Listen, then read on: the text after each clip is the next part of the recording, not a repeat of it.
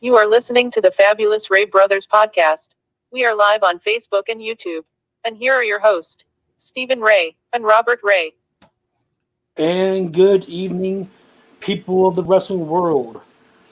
This is the Fabulous Ray Brothers podcast for Sunday night, June 28th.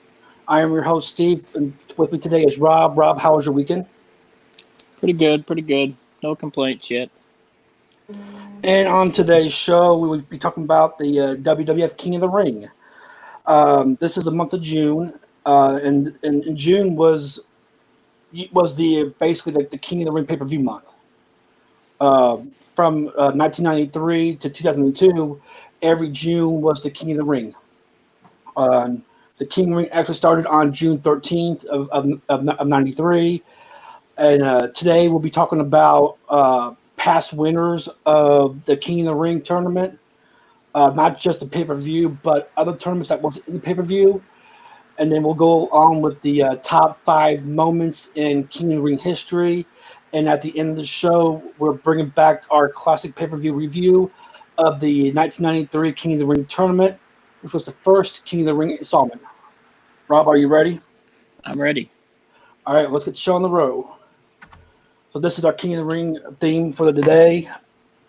Rob, what was when this came out, the pay-per-view, I was really excited, thinking, wait a minute, so we're getting a one-night tournament? I never heard of this. Yeah. I thought, it's something you had to watch, because one-night tournament is very fun. Yeah, I always enjoyed the tournaments like that.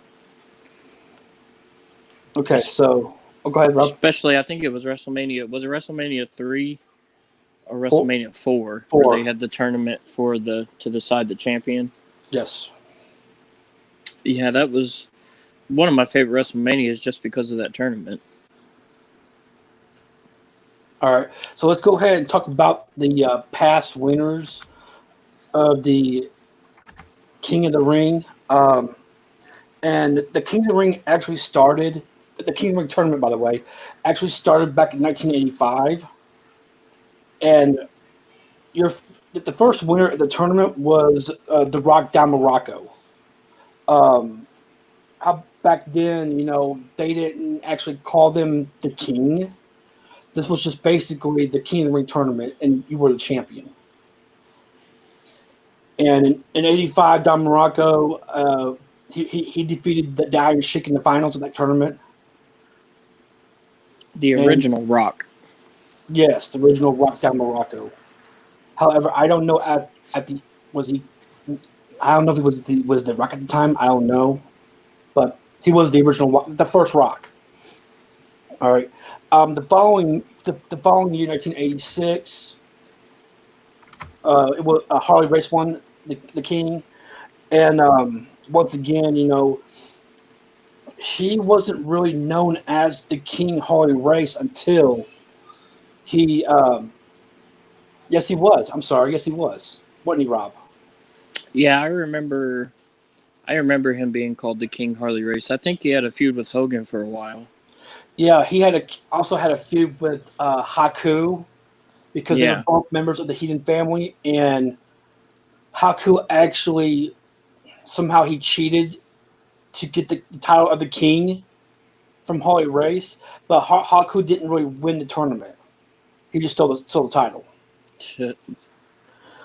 Okay, and 1987 was the Macho Man Randy Savage. This also, when he won this, he was not titled as the King. That only happened till after WrestleMania 5, and when he went on and he actually defeated Hacksaw Jim Duggan to become the King of the WWF. Yeah, I remember that feud too. I always liked the Macho King.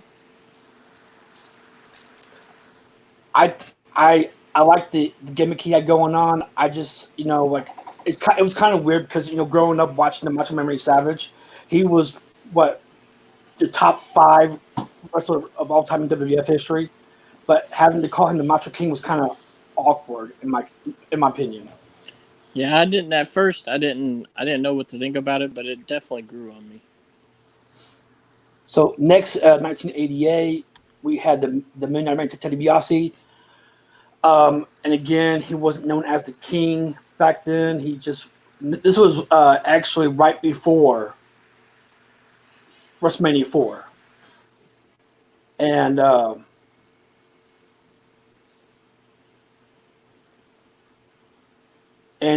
when Teddy won this tournament, I don't know much history about it. I can't really find any history on this run. But when the WrestleMania 4 tournament came up, the Midnight Man was highly the favorite in this tournament. Yeah, didn't it come down to him and Savage? Yeah, him, Savage, and Savage won. Yeah. The next one was 89, and that was Tito Santana. The next one, 91 and 93, Bret Hart. Now, this is where it gets a little crazy here, Rob. So, in 1991, Bret Hart won the King of the Ring tournament at a house show in Canada. Mm-hmm. And they took a year off from the tournament, and they brought it back in the pay-per-view in 1993, where Bret Hart won it twice. So Bret Hart is your first and only two-time winner of the King of the Ring tournament, and he won it back-to-back. Sweet. And so in 93, this is where it starts off as the King of the Ring pay-per-view that happened every June. And that's pretty much where most people, start when they talk about the King of the Ring. That's where they start most of the time. Is in 93.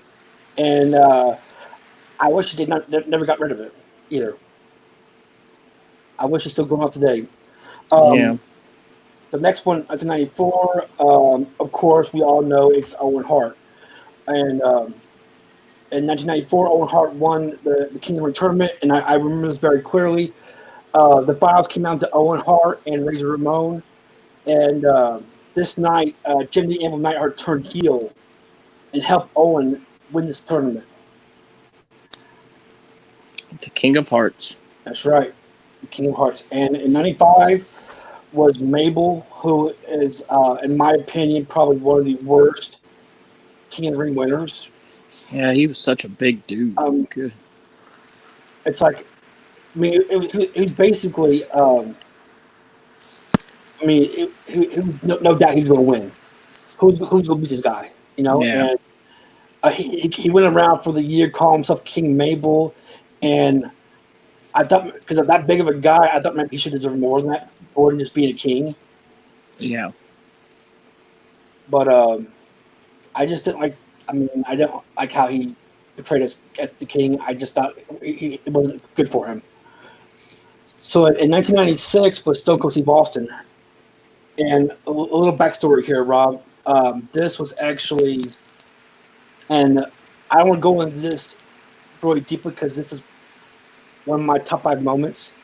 But another story behind this, Rob, is that in 1996, this was supposed to be Triple H's victory. Yeah, I've heard that a few times. Yeah, and then the whole curtain call thing happened, and I think that was his punishment, wasn't it?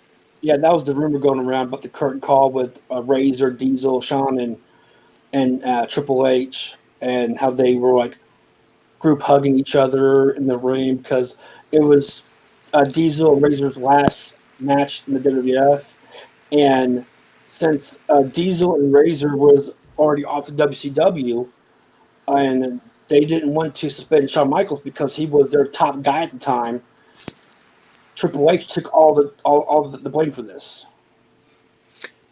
Yeah, it was pretty unfortunate for Triple H at the time, but I think it worked out for the best for everybody, really. So, but in return, the next year, your winner was Hunter Hearst Helmsley. Yeah. It's a year after all of this happened with the curtain call, and I'm pretty sure Vince and backstage said, "Okay, Hunter, okay, we punished you long enough. You're going to win the '97 King of the Ring tournament." That simple. Yeah, and that's why I said I think it all worked out for the best for everybody because he ended up winning it the next year anyway. So Okay, so in 1998, so we're going to quickly go through some of this list because it's not really, I ain't got really anything to talk about. 98 was Kid Shamrock. 99 was Billy Gunn.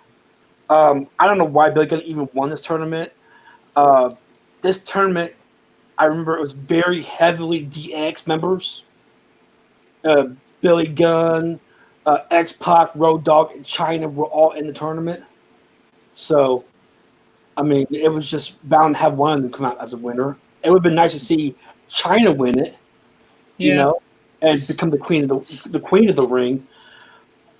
I just don't know why Billy Gunn won this thing, but let's move along. In 2000, it was Kurt Angle, which I thought he was a great king. yes, Now, this right here, because once we got past Mabel, they quit calling them kings. So there was no King Steve Austin, King Helmsley, King Billy Gunn, but there was King Kurt. Not Kurt Angle, but King Kurt. And I thought that it was awesome because he came out in the aisle and the robe and the crown and his medals. I thought it was a good fit for him, Rob. Kurt Angle was just awesome altogether. He's just one of the most entertaining wrestlers ever. And think about Kurt Angle, you can give him any gimmick and he'll just do it to perfection. He was just awesome. And next 2001 was Edge.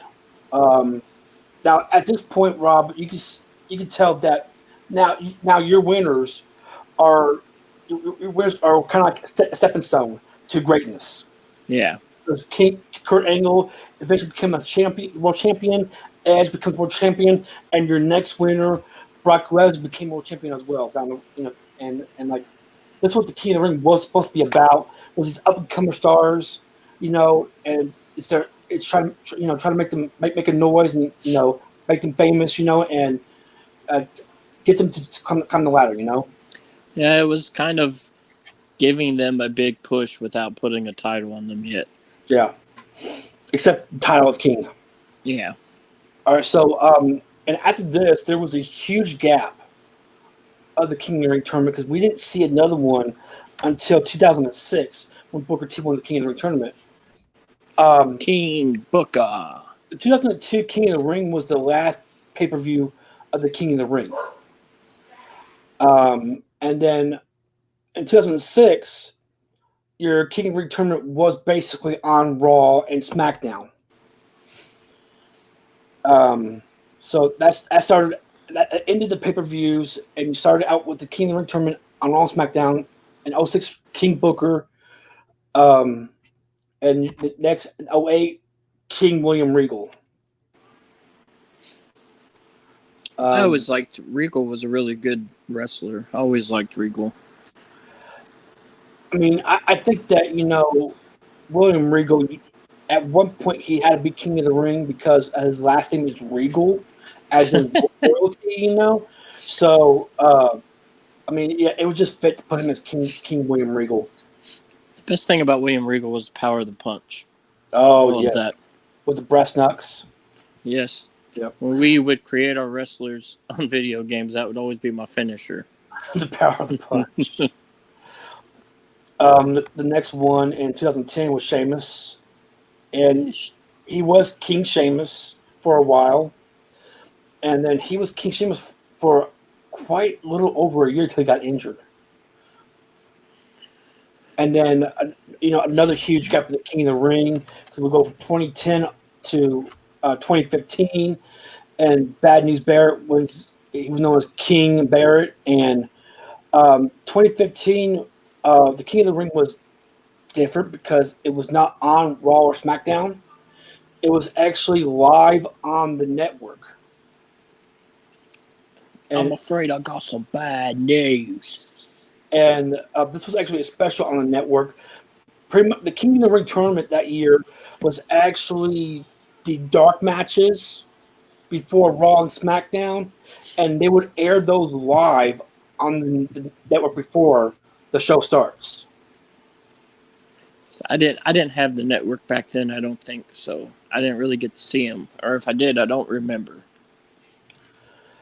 And the next one is our current king, and that's King Baron Corbin, who won it in 2019 last year. And they went back to the having the King of the Ring on Raw and SmackDown, and Baron Corbin became the king. He won the King of the Ring tournament against Chad Gable, Yeah. the finalists, and this finals was on Monday Night Raw. Now known as Shorty G. Yes, I don't like that name at all. Yeah, I'm not a big fan of it. I'm a big fan of Gable, though. I think he's a really good wrestler. I just hate that name. So, out of this list, we're not doing a top 5 yet, but I would say maybe Stone Cold or Bret Hart was probably the best King of the Ring winners out of all this list. Yeah, I mean, I like Owen a lot, and Kurt Angle is one of my favorites of all time. So, but I would say my favorite of all time is probably Austin. Okay. All right, Rob. So next on the list we are talking about is our top 5 King of the Ring moments. Rob, this was not easy for me. It was hard for me to think of a top 5 moment because the King of the Ring wasn't around a lot. I mean, it was only around for the tournament was only around for 10 years. I mean, this is pay-per-view moments, by the way, not just tournament pay-per-view moments. Yeah.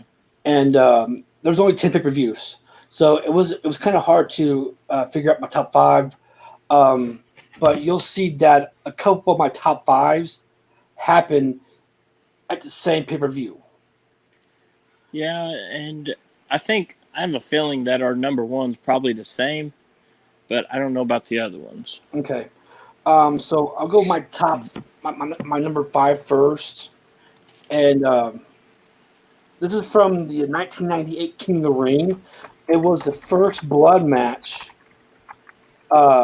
between Stone Cold Steve Austin and Kane, and it was for the WWF Championship. And this match I believe, was the very first ever first blood match. Yeah, I remember watching that and just thinking, like, how in the world are they going to tell if Kane's bleeding? He wears a mask. Like, Exactly. So in this match, it was crazy because right at the match started, the cage was lowered, and it was lowered to the point where Kane and Austin were outside the ring, and Kane had Austin on the mat, and the cage almost choking Austin. But the cage was basically like halfway down the whole match, so you kind of like got a second Hell in a Cell match that night. yeah. I do remember watching that. It was a good match, though.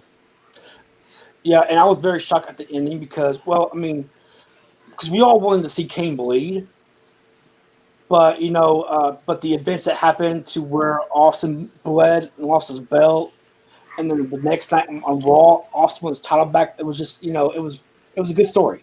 Yeah. That was in the heyday of wrestling. Yes.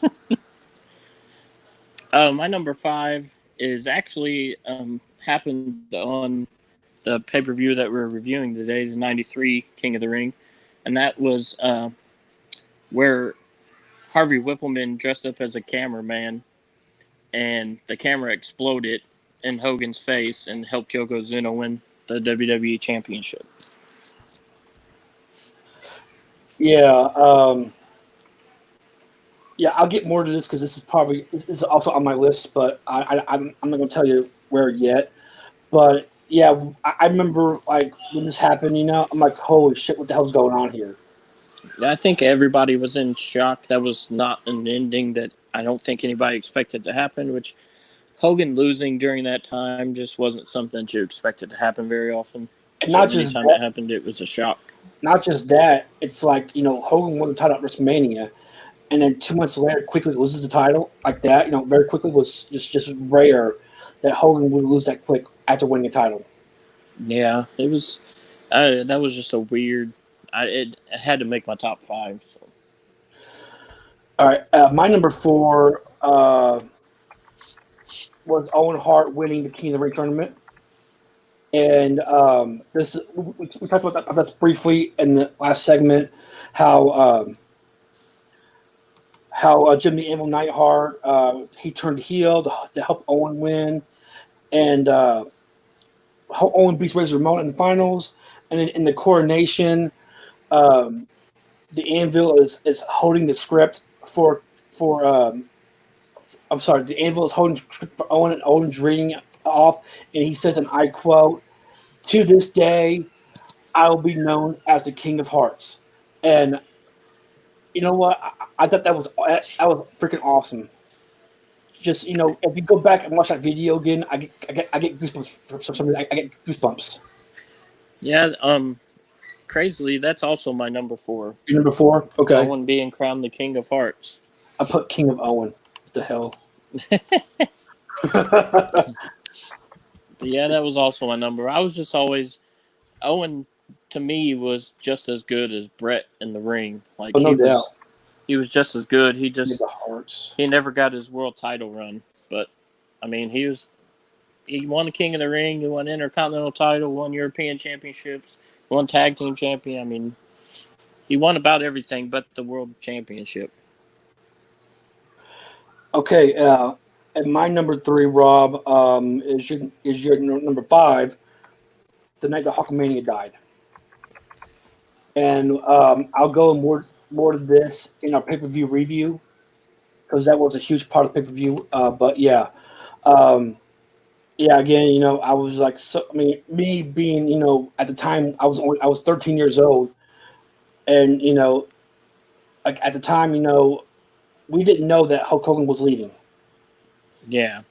But rumor has it that when Hogan won the pay-per-view, won the belt at WrestleMania 9, and this is from the Something to Wrestle With podcast with Bruce Pritchard. Bruce Pritchard said that Hulk Hogan won the belt at WrestleMania 9 because they were going on a European tour, and they wanted Hogan to be the champion on the European tour. That makes sense. But here's the deal: Hulk Hogan never made the European tour. Oh God, he was never there. Your and these tours were in Spain, I believe, and Germany, and your main events of these house shows and over there in the European tour was Yokozuna versus Jim Duggan. No Hogan. So people wonder, well, why you put the belt on Hulk Hogan? But true. Here's the deal, though. So Hulkamania loses the title at the King of the Ring, and we don't see Hogan again for another whole year because he didn't show up at WCW to the year 1994. Yeah. But however, and I'm not sure if this is true or not, but rumor has it that after Hogan lost his belt to Yokozuna at King of the Ring, he was still wrestling for WWF, just not on TV. He was doing some more over the seas shows in the Europe, and he was doing his Hulk Hogan farewell tour over in the European countries. Dang, I didn't know that. I've never heard that before. But that match with Hogan and Yoko was actually the last match we saw in a while. My number 3 is actually it's a moment and a match, but it was the Shane McMahon versus Kurt Angle street fight. That's one of the best matches I've ever seen. I love that match.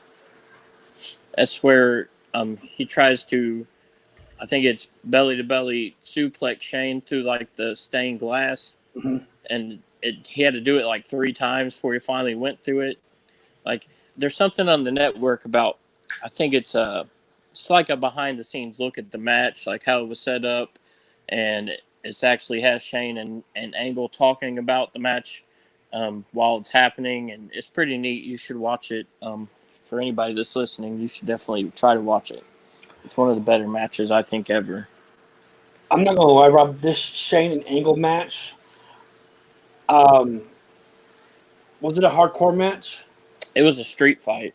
Okay, I did not. I don't know much about this match. All I know is that moment where Angle threw Shane over that plate glass window, Yeah. and I heard that after the show, Vince wasn't very too happy with Kurt Angle, and the thing about this is that Shane actually told Kurt Angle to do it again Yeah. until he went through.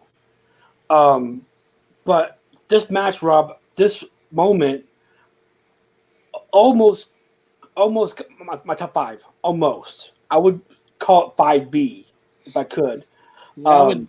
The main reason that I think that it made my top 3 is mainly because I'm a big Angle fan, and the other was it just sticks out to me. Gotcha, Like I just remember, I'm pretty sure I watched it with you guys, and when he went through that stained glass, I was like, "What in the world just happened?" Like everything that happened in this, there was 3 or 4 moments at least that I remember just being like, "Oh my god!" Right. It's definitely one of my favorite matches. All right. So,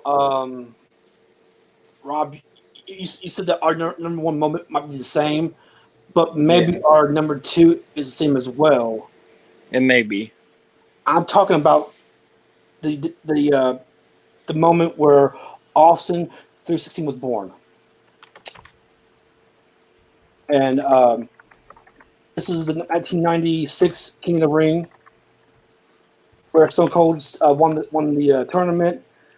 The first match he defeated Mark Marrow. He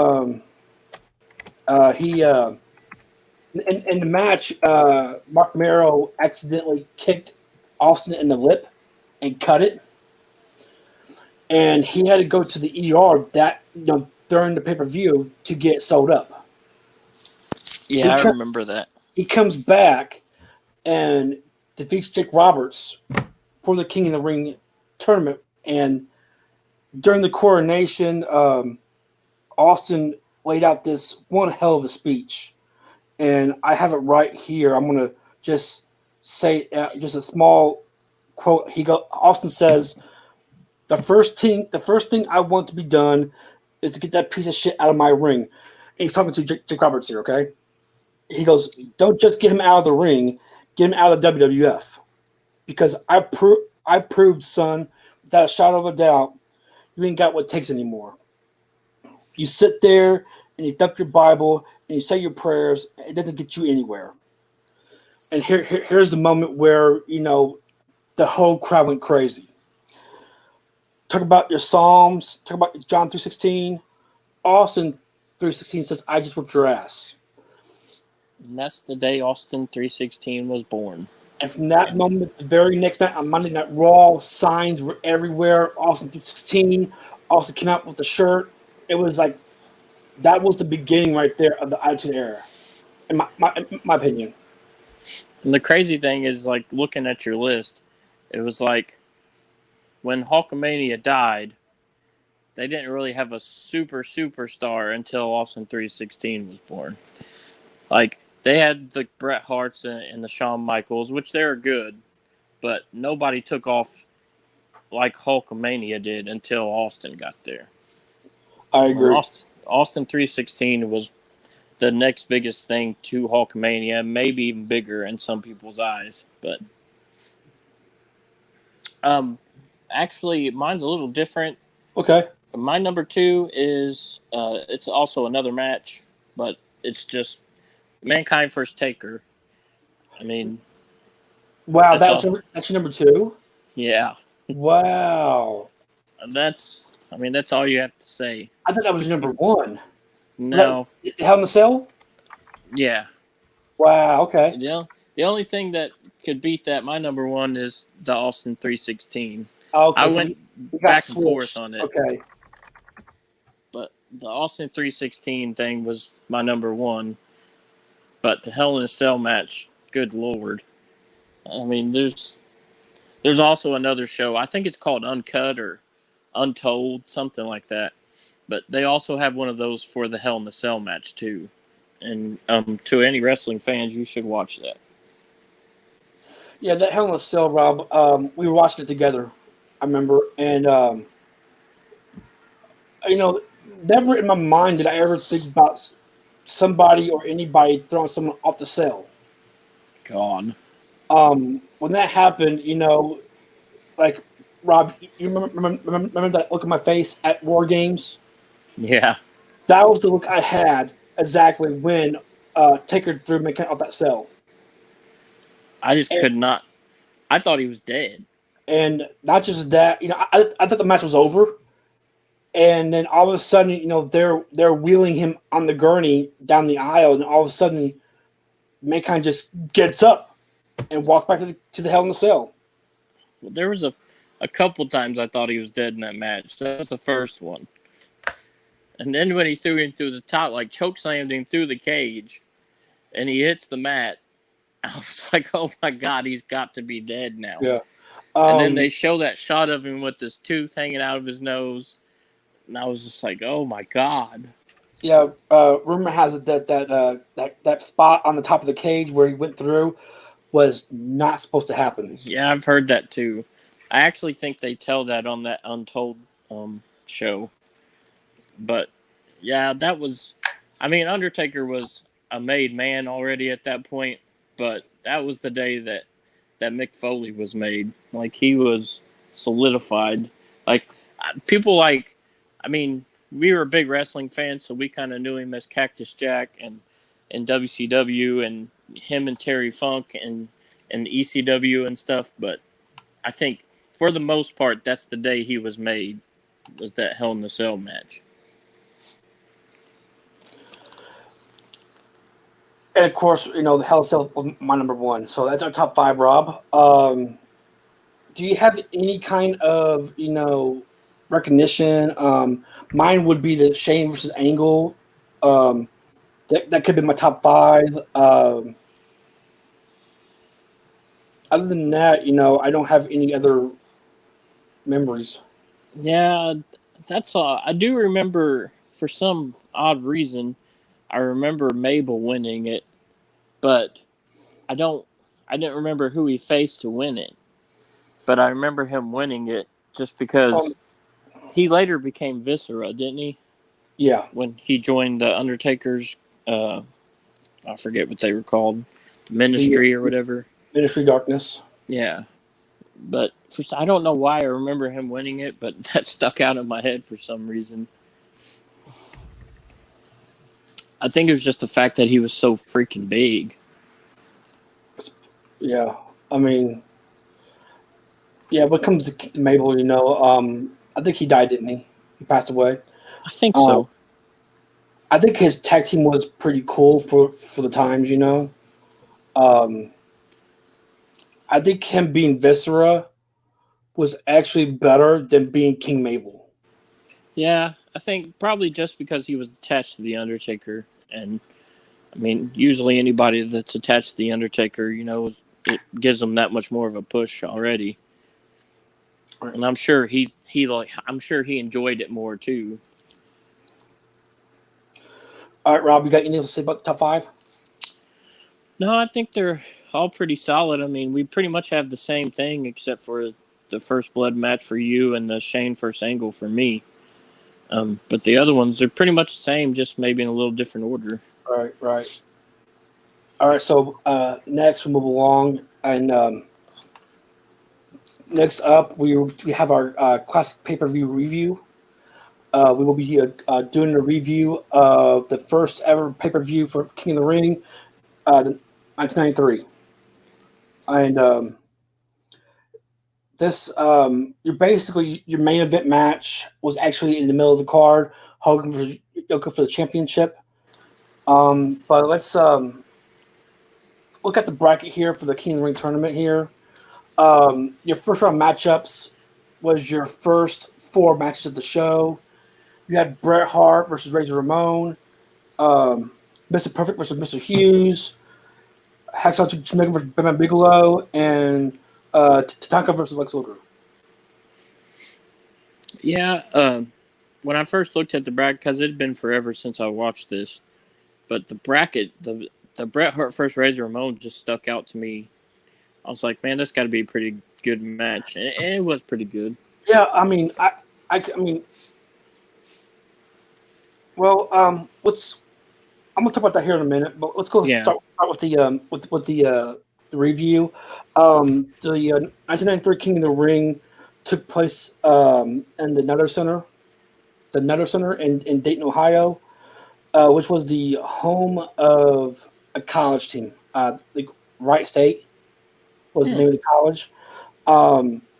The commentators for the show was Jim Ross, Bobby the Brain Heenan, and Macho Man Randy Savage. Gotta love that team. Oh yeah, great team. That's classic. The pay-per-view opens up with the first-round matchup between Bret Hart versus Razor Ramon. And at this point, Rob, Razor Ramon, he's like 1 full year into his WWF career. And during this time, he had already main event pay-per-views. He was a main event in Survivor Series with Ric Flair and Savage and Mr. Perfect. And he also main evented, or he was in the WWF Championship match against Bret Hart at the Royal Rumble. Yeah, it was. I was a Razor Ramon fan. I always liked him. But what really I don't understand here, Rob, is, I mean, if you think about it, why Bret Hart and Razor Ramon at the number one match? I mean, this could easily be the finals. Yeah, I didn't understand that either. I guess, I don't know. I don't know. They had to have different plans for Razor at the time or something, but it seems like, and I questioned, well, we can get into that later, but it really did seem odd to me, too, that you would match them up in the first round. It seems like you could switch that around, but I mean, I don't know. Also, if you look at the lineup here, and if you think about it, let's say this is like the NBA playoffs. If you had Bret Hart at the number 1 seed, Ramon would be a number 8 seed, which I think is very low. Yeah. You have Perfect at 2 and Hacksaw at 3. I could maybe put Bigelow up there with Bret Hart as the first match. Yeah. And put Razor down there with Hacksaw in the third match. And then you would have got your Razor Ramon and Bret Hart in the finals. It makes more sense, but I guess there's just a different day and time. Like, I'm sure later you'll get into the Tatanka versus Luger match, and they were both undefeated at the time. Yeah. And we'll get to that here in a minute, though. Yeah. Yeah. All right, so these first round matches were 15-minute time limits. So they were. I thought that was odd. Yes, well, it's. I mean, you had to, you couldn't, go long because you had multiple wrestlers do multiple matches, and plus these 15-minute matches was very fast paced, and you had to get a lot of action in it because you had to get a winner. So this match was a very good match. Bret Hart and Razor Ramon was. I mean, it was the first match of the night, but arguably could be match of the night. Yeah, it was a really good match. It went back and forth, and I mean everything that you want a good match to do. They're two pretty good wrestlers.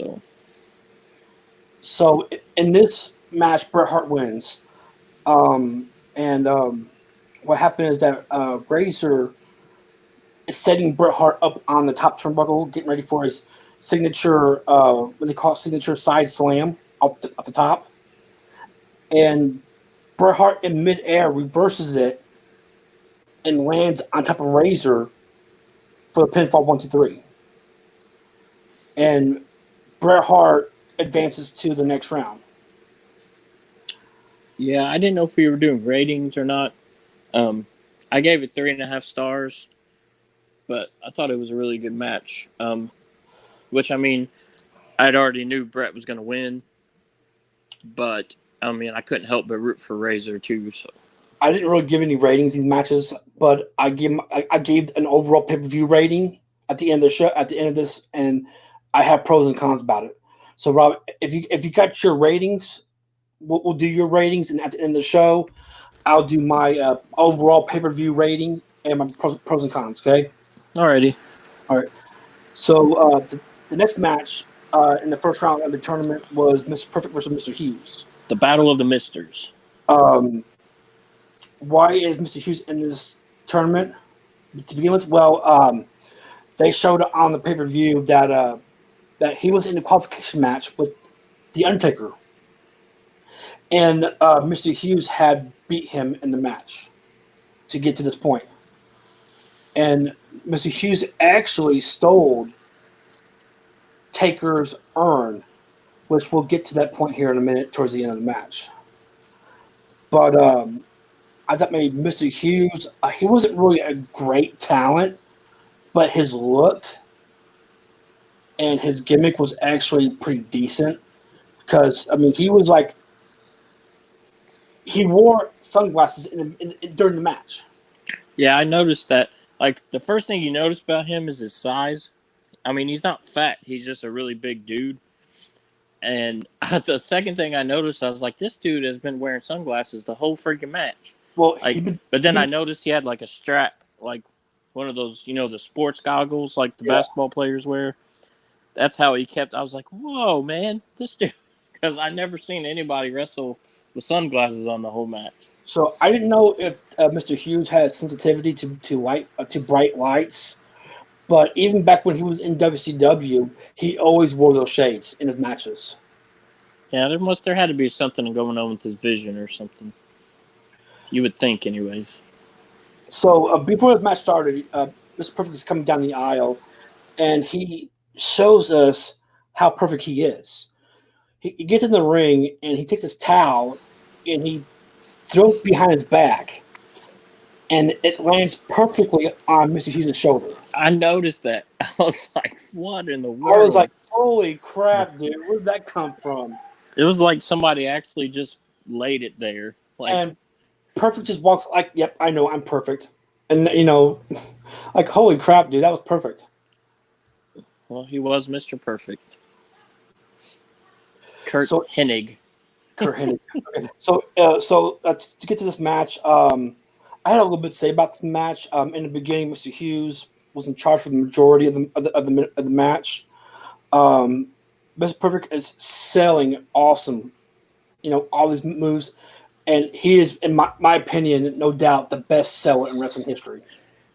He's got to be up there, if not the best, because he wasn't a small dude, but he made you think he was by the way he sold, and plus his hair flopping everywhere. Mm-hmm. He just sold everything like he was about to die. Oh God, so Redskins fans back. Hey, you're a Redskins fan. How can you hate Tatanka? Come on, man. Okay, hang on. In this match, I don't know if you caught it, Rob, but Mr. Hughes had a huge botch. Yeah, I noticed it. And then after that, Perfect got the upper hand, and he pretty much took control of the match. And then towards the end of the match, Mr. Hughes grabs Undertaker's urn and just smashes over Mr. Perfect's head. The referee sees this and immediately calls for disqualification. Blatantly right in front of the referee. Yeah, he didn't care if he was going to win or not. Disqualification. Mr. Perfect advances to the next round to face Bret Hart. And I gave this match no reflection on Mr. Perfect, but I gave the match a 2.5 stars. There was a couple botches that I noticed, and it ended in DQ, and I just didn't like the ending very much. But I didn't like the fact that they put Mr. Perfect up against Mr. Hughes. I think it was a horrible matchup for Mr. Perfect. Hell, they could have put one to their kid in here. Yeah, it's somebody besides Mr. Hughes. But I guess it's just like I said, that time and day. I mean, maybe they had big plans for him, but. All right. The next contest is another first-round matchup in the tournament. It was Hacksaw Jim Duggan versus Bam Bigelow. This match was kind of boring. You had two big men, and the match was very time-sensitive. They didn't have much time to do anything in that ring because they're so big. But the finish was probably the best part of the match here. Um, Hacksaw had Bam Bam up in the corner, and Hacksaw was going for his 3-point stance clothesline. As Hacksaw was running towards Bam Bam, he moves out of the way, and Hacksaw goes crashing into the turnbuckle. And Bam Bam gets on top of the top rope, and he hits his flying headbutt for the 1, 2, 3, and that was it. Yeah, I gave it 3 stars. I just put the notes I took on it was a brawling style match because they were both kind of brawlers. And but one thing I do want to say about Bam Bam Bigelow is I actually, right before this podcast, I was watching the Broken Skull sessions with Mark Henry. Oh, I haven't seen that one yet. It's pretty good. He even mentions Bam Bam Bigelow. He's probably one of the most underrated big men ever. Like, for his size, he was really agile and super athletic. He was one of the better big men that nobody really ever talks about. And how do you not put a belt on him? Yeah, I don't get it either. I think, did he get a belt in ECW? I thought he won some title in ECW. Maybe he was the ECW champion at the time. I thought he was at one point. But either way, I don't think he gets enough talk. Like, a lot of people don't talk about him, but he's definitely one of the better big men in wrestling, because they started talking about Keith Lee and how he's kind of bringing that super big man back, that super athletic big man. And they were talking. Mark Henry was talking about it. He said he's talked to Keith Lee backstage and try to give him some words on different pointers, and they started talking about Bam Bam and Vader and different people like that were super athletic big men, and they're kind of putting Keith Lee in that category. The next match is the final first round matchup in the tournament. Tatanka versus Lex Luger. The Battle of the Undefeated at the time, apparently. And this is the narcissist, Lex Luger, not the All-American. So what comes out to the narcissist theme music, which is arguably one of the best theme music I ever heard. I love the music. Did you really like it? I did. I really liked it. I guess it was just my hatred for Lex Luger. I don't like anything to do with Lex Luger, I guess. Well, was that at the time or now? Just at the time. I don't know. There was something about him. I never liked him. Well, I thought maybe this gimmick he had, I really loved it, though. I mean, I like a heel Luger. I thought that because, this was the last time he became he was the narcissist, because the following month he goes on to buy some Yokozuna, and he becomes the All-American Lex Luger. The comment section's lighting up about Luger now. Yeah, there you go. Yeah, Luger, I've heard several times that when they started the whole Lex Express thing, that they were trying to build him up as the next Hogan, and that was never going to happen, man. That was just, he was a bodybuilder that was trying to be a wrestler. He just didn't have the passion for wrestling like Hogan did. No, he was doing it for money. Yeah, he's just never had the passion to be a pro wrestler. All right, so this match starts out. Tatanka is, wasting no time. He attacks Luger. And Luger's in the middle of the ring doing his poses in front of his mirror. So Tatanka is quickly attacking him, but Luger just quickly disposes him outside the ring. Luger goes back to doing some poses in the mirror, and then Tatanka gets back in the ring, and he pushes the mirror over on Luger, knocking him down.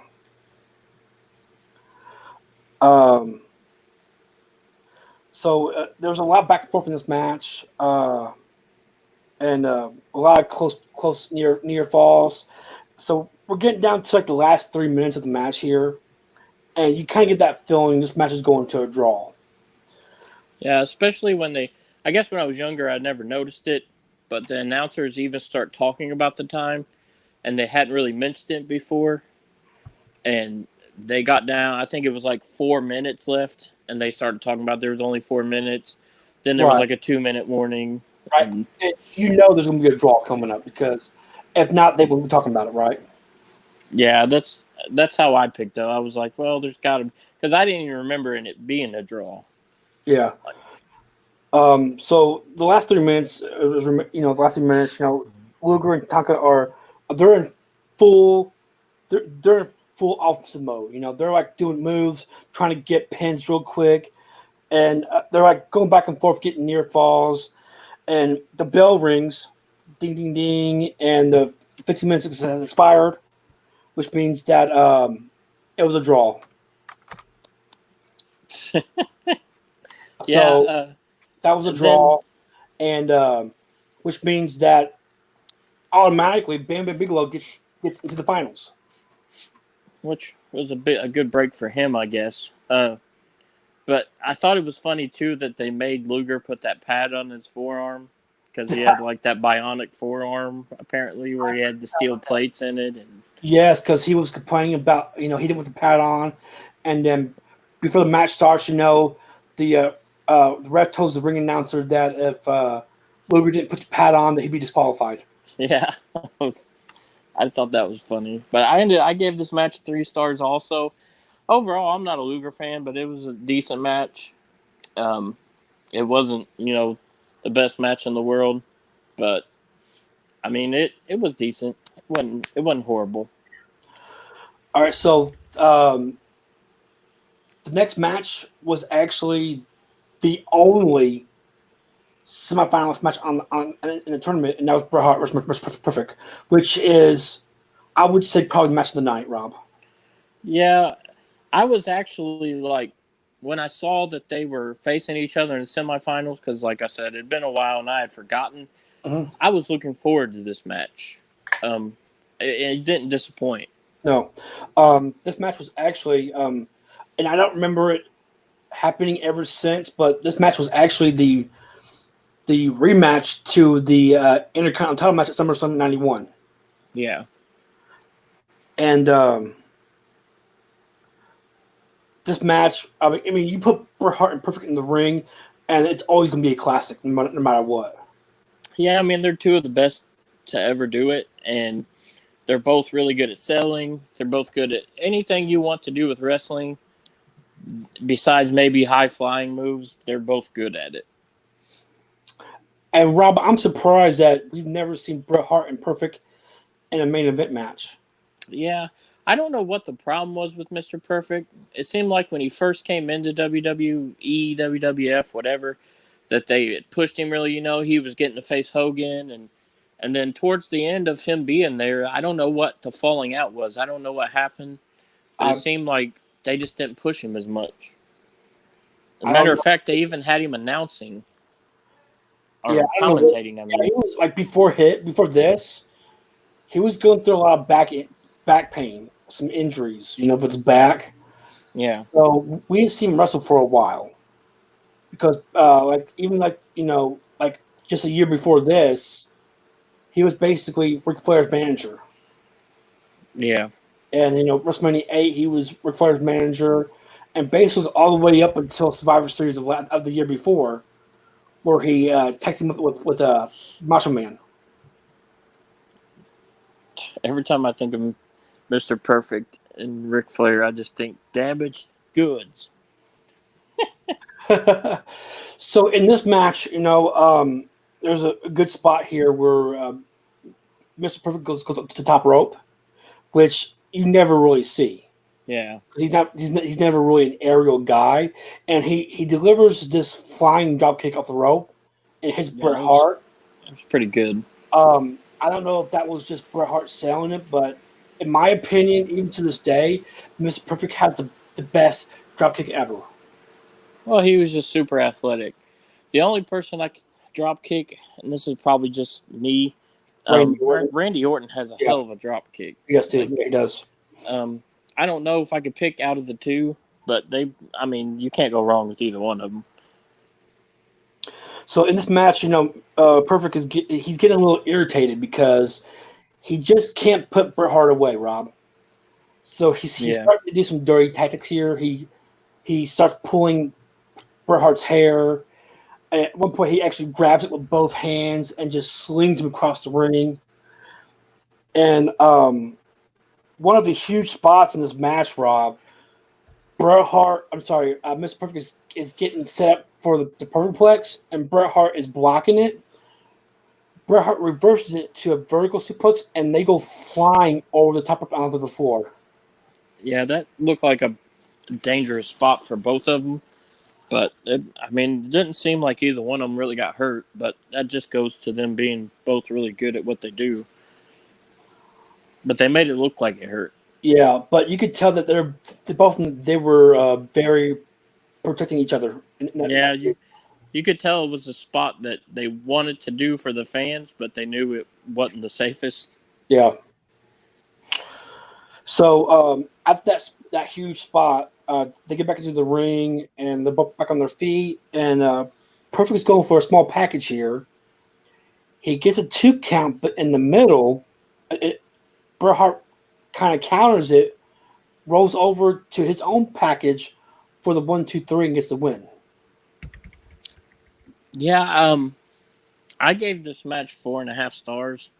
I thought it was really the only thing it was missing from a perfect match was just, like I said, neither one of them are high flyers, and so neither one of them had a big spot where, like you're talking about, like Shawn Michaels Undertaker, where Shawn Michaels leaps off the ropes, does a backflip, Undertaker catches him into the tombstone. There wasn't any of that, but this was as close to a perfect match as you could get. And I really expected it to be. Yeah, and this match, it goes over 20 minutes. And it goes back and forth perfectly. They both have their time they're winning, and both times they're tired. You can tell they're both, they're selling the move. It was just a really good match. Right, and this is where I understand, because, Bret Hart gets the win here. So he advances to the finals against Bigelow. And now I'm seeing the point where you get Bret Hart and Bigelow because Perfect and Hart gave it their all in this match. They went over 20 minutes. They're both tired. And you think Bret Hart he was still tired going into his finals. That's why I can see now that Bret Hart gets Bigelow, because Bigelow is slower.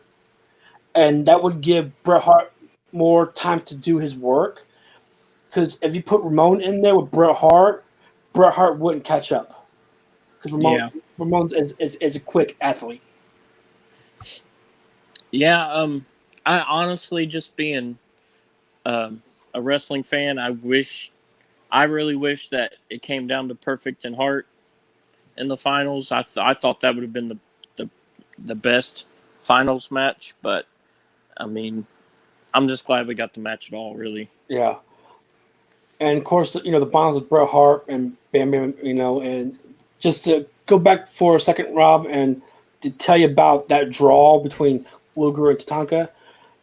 I see this a lot when it comes to like one-night tournaments, where you'll see one match that will end in a draw, whether it's either by a double disqualification, double count out, or it's a draw. And that's because it's very hard to get a whole tournament in under time. Yeah. So it's like it happened at WrestleMania 4 because I believe it was Jake Roberts and Ravishing Rick Rude. They both went to a draw, which I think it advanced. I want to say, Butch Reed into the semifinals. Yeah, I think I do remember that. Yeah. And then also it happened.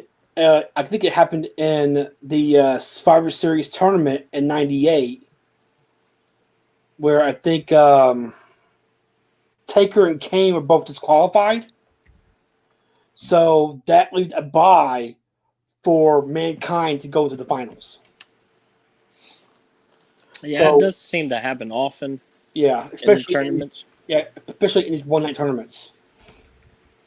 So to move along, Rob, you got anything else to say about the King of the Ring tournament so far? The only thing that I thought that it was missing was, like I said, I wish Perfect and Hart was the finals, but see, I wish it was Ramon and Bret Hart. Yeah, but I can understand now why Bam Bam, because I think Bigelow, you're trying to you're trying to get him to, we call it, give him a push because I think it was, like what was it? 2 years later, he's in the main event, WrestleMania 11. Yeah, was that when LT was there? Yeah, so I mean, at this point, they're trying to, Ray Bigelow, give him a big push for that main event status. Yeah, and he definitely had. The guy had freaking flames tattooed on his head. Yep. He definitely had the look. All right, so the next match, Rob, we'll move along, is for the WWF Championship. Your champion Hulk Hogan versus Yokozuna. And this is actually a rematch, if you call it a rematch, from WrestleMania 9, where Yokozuna defeated Bret Hart with the help of Mr. Fuji. And then, like, immediately after that match, Hogan comes out to help out Bret Hart.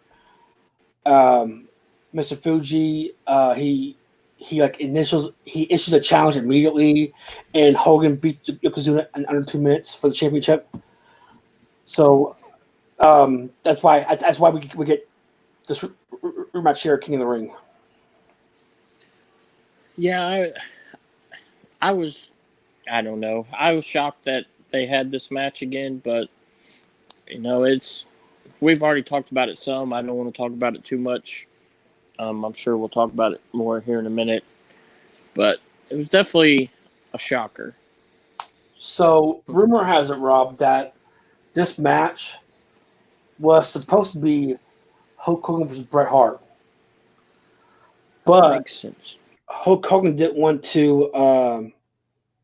He didn't want to do the job with Bret Hart. I don't know why. I wonder why. That's probably why you give Bret Hart the King of the Ring title, because Bret Hart could have been the champion here, but because of Hulk Hogan and politics, Hogan said no. But instead, well, we'll go on to the match here. So Yokozuna is making his way down to the ring, followed by some photographers. They are portraying Yokozuna here as this huge star from Japan, but you can tell he's not Japanese. He's Samoan. Yeah. And there's photographers all around the ring, and I guess right here they're trying to make this look like the media is there, making this match to be like a huge thing for the world to see. Yeah. So Hogan. Well, it's Hulk Hogan, so right. It's got to be a huge thing. So Hogan is coming down to the ring with his manager, mouth off Jimmy Hart, and the match starts out. Both men are testing each other's strength. They lock up, and Hogan is just barely budging Yokozuna. And then on the next go around, Yokozuna just overpowers Hogan to the ground. And this will be the prelude to what we'll see during the whole match, Rob. Yeah, Yokozuna is a pretty big dude. I think he was, over 500 pounds? At one point, over 600. Yeah, he's a pretty big dude. He moved pretty good for his size, but he was a pretty big dude. So, it didn't take much to make people believe that he couldn't be budged like that. So, Yoko was dominating Hogan throughout the majority of this match. And Hogan, he finally gets some offense in, but he just can't seem to knock the big guy down. Hogan tries multiple times for a body slam. He can't get him up. And he's trying clotheslines, shoulder blocks, but he can't get him down, Rob. He's just too damn big. Yeah, I remember seeing him try. I think through the match he attempts 3 or 4 times to body slam him, and he can't do it. So Yoko gets Hogan in this bear hug, and it's shades of Andre Hogan, WrestleMania 3. Hogan is fighting out of this bear hug, and he breaks out of it, but Yoko quickly turns it turns him into a devastating belly button suplex. It just knocks Hogan out. And then after that, he goes for the pin on Hogan. It's a 2 count. Hogan kicks out, and all of a sudden Hulk starts hulking up. And we think that this is the end right here. When Hogan starts hulking up, Did you notice the guy in the first row that always dresses like Hogan? Yes. Like, he starts hulking up with him. Yeah. I was laughing. So, Hogan Irish whips Yoko in the ropes and lands a big foot. And Hogan hits him again with another big foot, and this time Yokozuna goes down to the mat. He falls down. Hogan goes for the drop kick and goes for the pin, but Yokozuna kicks out at 2. And Hogan is shocked. He can't believe it. And then now Fuji's on the apron. Hogan punches him, knocks him off the apron, and then we see one of the photographers on the apron, who we know is Harvey Wippleman. You don't see that in the you don't see that he is, but he's on the apron trying to get pictures. And yeah, he had like a flash camera. Yeah, and Jimmy Hart is trying to get him off the apron, and all of a sudden you see him kick Jimmy Hart off of him. And Hogan is not confused. So Hogan walks towards the cameraman, and all of a sudden this flash of light and a fireball comes out and gets Hogan right in his eyes. Blinds him. Hogan turns around, and Yoko basically gives him a chop to the throat, and Hogan hits the ground. And then, which is really, if you think about this, Rob, this is crazy, but Yoko is off the ropes doing Hogan's finisher, the leg drop on him. And he gets the three count, and he's the new champion. I couldn't remember what happened in this match, but I remember I was shocked that, I knew Yokozuna was champion, but I didn't remember this was when he beat him. Yeah. But yeah, I was shocked, especially with him beating him with the leg drop. I was surprised that Hogan agreed to that, but I think, like you were talking about earlier, I think Hogan knew he's pretty much on his way out. So I think he was just wanting to get his time, his matches that he owed him or whatever. Yeah. And get out of there. But what I understand is why drop the belt to Yoko but not Bret Hart. Yeah, as a person, I know Hulk Hogan likes, he loves pro wrestling. So that shocks me just because Bret was the future of WWF at the time. Like, you knew he was going to be one of the guys. So I'm surprised that he wouldn't drop it to him just to help him out. But maybe that's why he wouldn't. I don't know. It had to be something between him and Bret backstage. I don't know. I don't see why don't you hand over the torch? Yeah, you might as well. Which he did that with Warrior before. And, we all know how that ended. Maybe Hogan was thinking that Bret Hart couldn't do it. Maybe. I don't know. But I don't know. If you were there and you watched the match between him and Perfect at all, then you should know that it's in good hands. But, maybe, I don't know. Surely Hogan wasn't jealous or anything. But I don't know why he would drop it to Yokozuna, which I'm not knocking him. Because for a big guy, he was pretty decent. But not Bret Hart. Mm-hmm. You would have to think that Bret Hart would have a longer career than Yokozuna. But whatever. Right. So I actually gave this match 4 stars, just for. I thought it was a really good match, and for Hogan, because usually Hogan doesn't really have a lot of great matches, but just how the flow of the match, how Hogan basically just let Yoko do the work, and the storyline at the end. 4 stars easily, Rob. I agree. Yeah, with that and just the shocking part that Yokozuna won, and then after the match he jumps on his chest, and they pretty much take Hogan out not on a stretcher, but he's not able to get out on his own. Right. I mean, I just thought overall it was a good story overall. And you hear Bobby Heenan say that Hulkamania is dead. And for the WWE's part, it pretty much was. And it was, pretty much was, because this would be the last time that we see Hogan in the WWF until I would say maybe around when the NWO made a debut.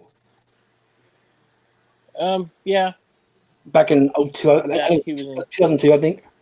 Yeah, and even when he went to WCW, it's still Hulkamania was never the same. No, it wasn't. That's why he had to go to the NWO, because they had to do something. So up next, so this is how bad this match is. I couldn't find anything on this match, Rob. I could watch, but I couldn't find photos online, or even like or like a picture online of this match. But this was a 8-man tag team match. Steiner Brothers and the Smoking Guns versus Money Inc. and the High Shrinkers. And not much to say here about the match. I gave this match 1.5 stars. On my notes, I put they shouldn't even have had this match on the pay-per-view. It should have been like a dark match or something. I thought it was more of a time killer. And it was stupid because not even all the people in the match got in the ring. Like, no. I don't think the Head Shrinkers got tagged in once. I don't think so either. And the match was so bad that during the match, all we hear about is Hogan and Yokozuna, the match before. Yeah, it was a horrible match. Even the commentators weren't even in this match. And even in this match, we hear Jim Ross said that due to the effects of the camera flash, that Hulk Hogan didn't receive any serious injuries. And Jim Ross said this on the pay-per-view, that we had not seen the last of Hulk Hogan yet. And you know what? We did. Yeah. We didn't see him last, was last time we see him until about 10 years later. Yeah, it was definitely, that match was not, it shouldn't even have been on there. And if anybody watches this, just feel free, just fast forward through that match. It didn't last very long anyways. I'll just let you know that Steiner Brothers and the Guns won the match, and now it's it. I'm moving on. Yeah, it was a dumb match. Yeah. All right, so the next match is the Intercontinental title match between Shawn Michaels and Crush. And before this match, I think it was before the last match, we had a promo with Shawn Michaels and Diesel, and this is where we find out that his name is Diesel for the first time. Yeah. So, this wasn't his debut in the WWF, but we finally found out, because it was like months that we didn't know who this guy was. So we finally found out that his name was Diesel. And at the beginning of the match here, Crush is a very powerful guy, and he's like overpowering Shawn in this match. His match is very slow paced because Crush is not a very quick athlete. So Shawn Michaels is kind of like, he basically has to get down to his level, basically, when it comes to speed. Yeah. So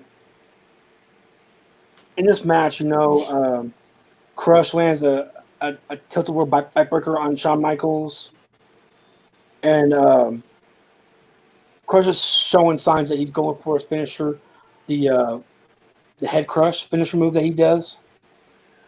And so he's showing signs he's going for that, but Diesel pulls Michaels out of the ring. And outside the ring, Crush outside the ring. He's like walking towards Diesel, and Michaels is like distracting the referee, but Diesel turns around, grabs Crush, and throws him to the corner post, knocking him out. So we're getting down to the end of the match here, and Crush is in control of the match, and he looks like he's going to win here. But we we don't see one doink, Rob. We see two doinks. And they're coming down the aisle here, and they're like doing this, like, they're moving in sequence. What they call it, Rob? Where I don't know what the name of it is, but they're smoking cigars, and they're coming down the aisle, and they're basically just teasing Crush, and they're striking Crush, and then Michaels comes out of nowhere, hits a super kick in the back of the head. Crush goes flying into the turnbuckle, and basically Michaels kind of rolls up Crush for a 1-2-3, and so Michaels defends the title here. Yeah, I gave on my review. I gave it 3 stars. I said Shawn Michaels won after Crush was distracted by the double doinks. Yeah. For some reason, the only rivalry that I remember for Doink is Crush. I don't know why. Well, because this is going back to WrestleMania 9, where we first saw two doinks. Yeah, I think Crush was a good opponent for the Intercontinental title at this time. Like, I don't think the match was wrong or anything. It was an okay match. It wasn't great. It wasn't bad. But, I mean, the doinks thing just cracks me up all the time. I don't get it. But, yeah, I mean, I think Crush, he deserved a shot at the Intercontinental title. Because he was kind of over, he'd left Demolition. He was, turned face, and he was doing his whole Hawaiian gimmick, and Shawn Michaels was your classic heel, and he had turned to heel, so, I mean, it was a good opponent for him at the time. But I'm glad he didn't actually win the title. So, next up here, Rob, we have the main event, the last match of the night, and that's the finals of the King of the Ring tournament, Bret Hart versus Bam Bam Bigelow. And Bigelow comes out. He's looking all fresh because he only had one match. Bret Hart comes out. He's limping. He looks like he's sore and tired because he's got through going against Ramon and Perfect in one night. Yeah, he definitely had the tougher side of the bracket for sure. Yeah, no doubt. I mean, all Bam Bam had to face was Duggan, and that was it. Yeah. So in this match, Bret Hart, so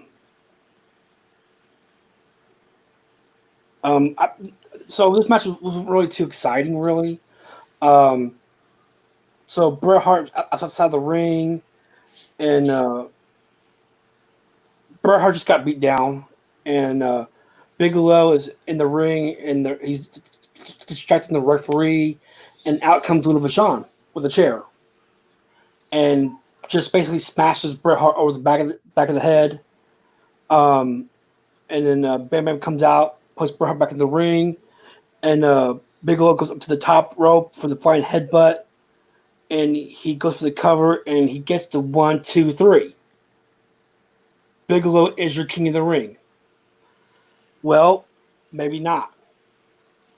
So Bigelow, he gets the 1, 2, 3, but then in this match, Joey Morello is the referee, and Earl Hebner comes out and tells the referee something, as like there was interference, and then you hear the ring announcer say that the referee has reversed the decision, but the referee, no, that's not what happened. Like, what? Okay, so what's happening here? So they actually restarted the match here, Rob. And I'm like, yeah. I thought Bam Bam got ripped off, man. Well, I just don't understand what the ruling here is, because you're either going to, reverse the decision and get the DQ victory to Bret Hart, or you're going to let the fall count and give Bigelow the King of the Ring. Yeah, but, I mean, on my notes, I actually was considering if that was like a botched finish. I didn't know exactly what was happening. I didn't understand it. I think it was just part of the storyline to keep the match going, but to make it exciting. But I'm confused here, Rob, and we'll get to that here in a minute. But let's go on with this match here. So so they restart the match here and everything, and so they're in the corner, and Bigelow comes running in, and Hart catches him with the boot. That turns him around. Bret Hart gets on the rope and gets on his shoulders, falls over into a roll-up and gets the 3 count victory. And Bret Hart is your king of the ring. Now, I said, the reason why I think Bret Hart is your king of the ring is because by doing this, you're kind of like, okay, so Hogan is not dropping the to Bret Hart, so Bret Hart will make you king of the ring, kind of like, a fair offer, But, Yeah, it's like I said in the beginning. It was a push without giving him a belt. Like it's hey, this guy is the king. Like he's the best wrestler, one of the best wrestlers in this company, and he may not have a belt, but you have to recognize him as that. So, but after watching this, and after how many years, I'm watching this match, and I'm still confused on why would you even, do a. I mean, I guess if you want to do it for a good story, which is really a good story at the end, you did that big. There's some controversy. yeah. So yeah, I don't see why you would continue the match because I'm kind of with you. I think Bigelow got screwed. Like you either have to say that's a 3 count, or you have to disqualify him. You can't just restart the match. Right. But it does make good story, Rob. Yeah.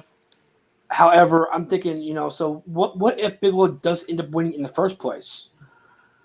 If Bigelow does win this match again, so what was the point of starting the match? Yeah. So as watching it, I didn't watch it obviously live or, on pay-per-view or anything when it happened. But I don't know, like, to me, I just think it was controversial. Like, oh, no doubt. I agree with you, Rob. I agree. The thing was, at the time, I was really happy to see Bret Hart win.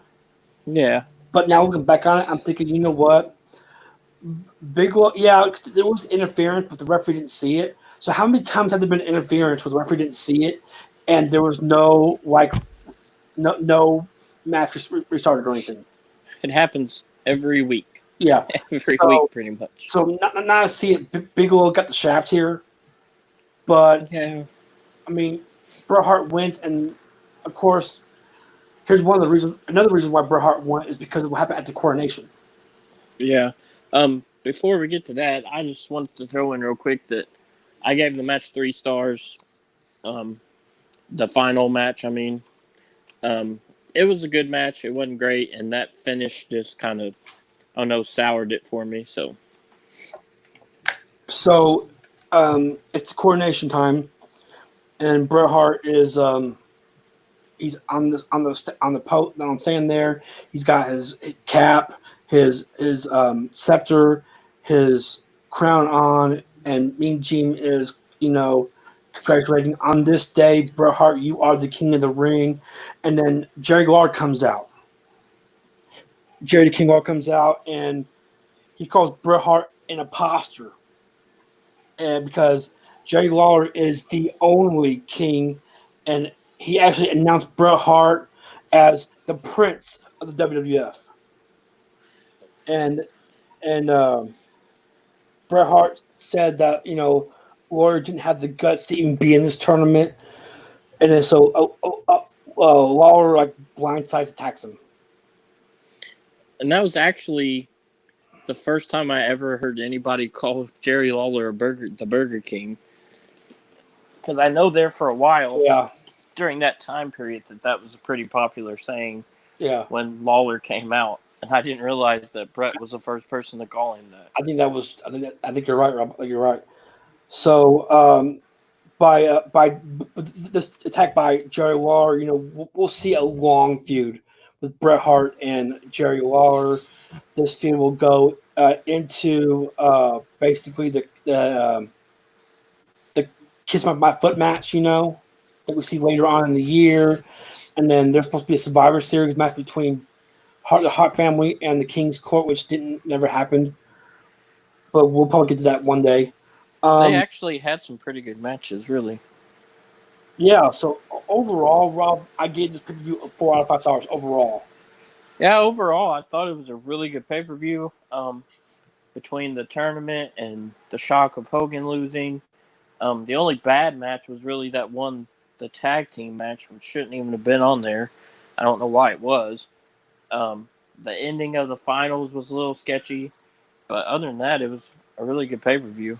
Yeah. The only complaint I had about it was there was too many roll-up finishes. Like, it seemed like almost every match was a roll-up. Well, that's because the matches were short, Rob, and it's like you couldn't just go out there and do your finisher because it wouldn't look believable to be in a short match and a finisher would do the job.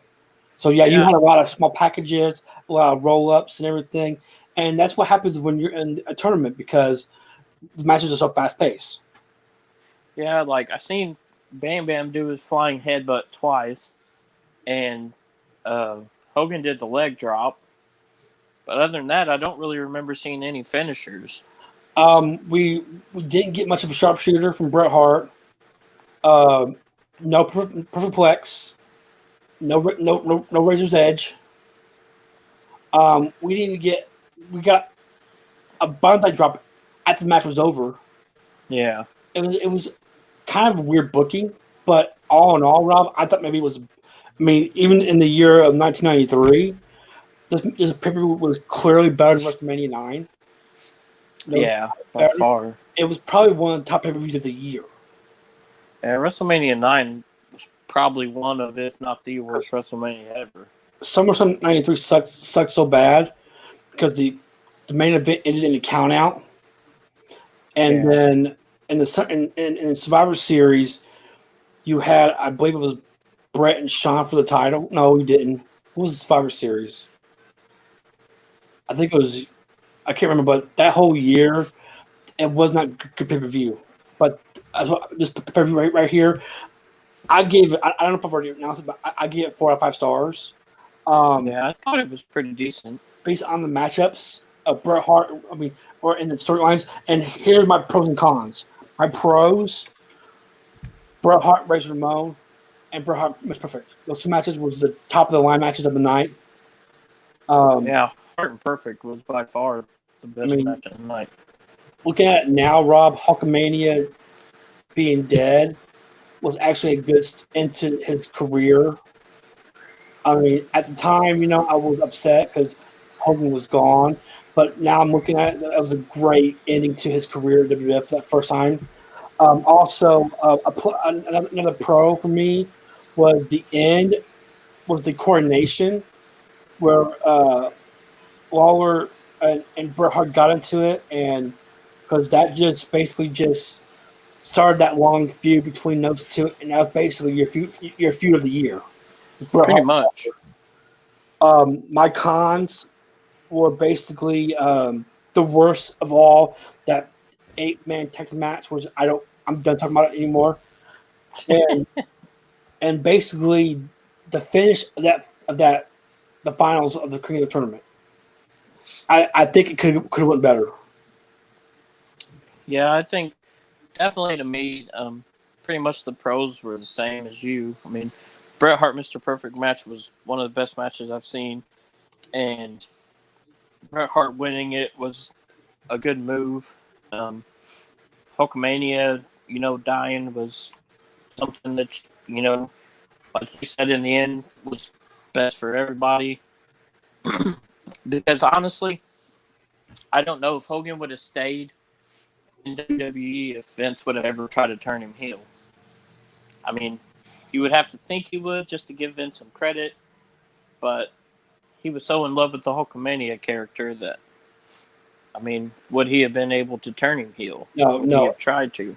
As long as he was in WWF, Hulkamania will live forever. And that explains why when the NWO came out at No Way Out, there was a huge reaction to Hulk Hogan.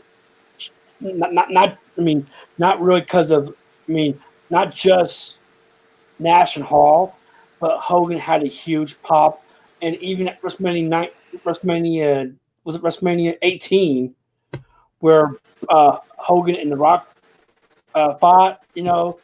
The whole crowd was on Hogan's side, Yeah. and you just couldn't keep Hogan as a heel for long. No, I was glad to see him go back to the red and yellow before he finally, ended up calling it quits. All right, Rob. Well, we're getting to the end of the show here, but we have a couple of actually one announcement to make. Next Tuesday, this Tuesday coming up, June 30th, is our BPW show. We moved to Tuesday nights, 8:05 p.m. Eastern Standard Time, and this Tuesday we will have our own 8-man tournament to crown a new BPW King of Champions.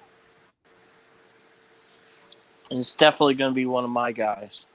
And here is the brackets for that tournament. We have Kurt Angle and Ciampa, Bret Hart and Booker T, Steve Austin and Kurt Hennig, Mr. Perfect, and then the franchise Shane Nicholas and Robert Van Dam. So this tournament will happen Tuesday night, one-night tournament to crown a new champion, a new King of Champions. Let's do it. Yep, I'm ready for that, Rob. Oh, so I forgot one thing. No, we're good. We're good. So, that's your tournament for Tuesday night, and that ends the show. Rob, you ready to call it a night? Yeah, I'm glad we got to do one of the normal podcasts again. It's been a little while. And we'll do it again next Sunday because we don't have actually a pay-per-view coming out for another couple weeks. The next event is Extreme Rules, and that's scheduled for Sunday, June 14th. So we're still a good 2 weeks away, Rob. I think I was thinking about it earlier, and with NXT and AEW doing their shows over the next 2 weeks, I think next week we can debate and talk about it if you want to, but I think we should review one of the old Great American Bash pay-per-views. We can do that as well. I would like to do a review of both the Great American Bash NXT style and Fyter Fest, but I want to wait till they're both done. Yeah. This Wednesday is day one of the Great American Bash and Fyter Fest. Next Tuesday, June 10th, is day 2. So we might be doing a show on the 7th, Sunday, or we could push it back to maybe Friday night, Rob, if you're good with that. Either way. That way we can get both shows in one night.